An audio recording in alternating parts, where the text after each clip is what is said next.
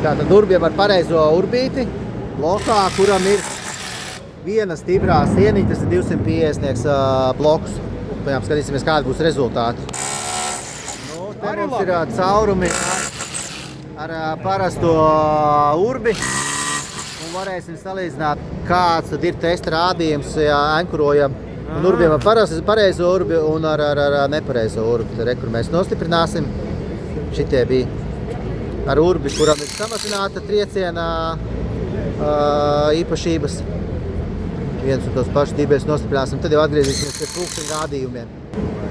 Nu, tātad liekam atraušanas aparātu. Kad mums ir pulkstenītis. Rādījums varēs redzēt.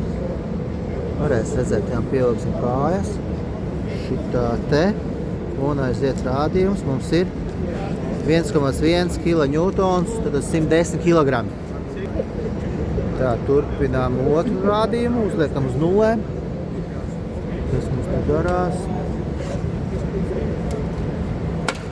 1,9 izlauza bloku burtiski ārā. Dibelis uzvēdās, Tā, vēl viens trešais. Arī 100 kg.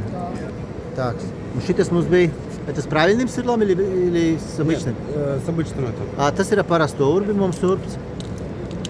1,4. Ar nepareizo. Ar nepareizo 1,4.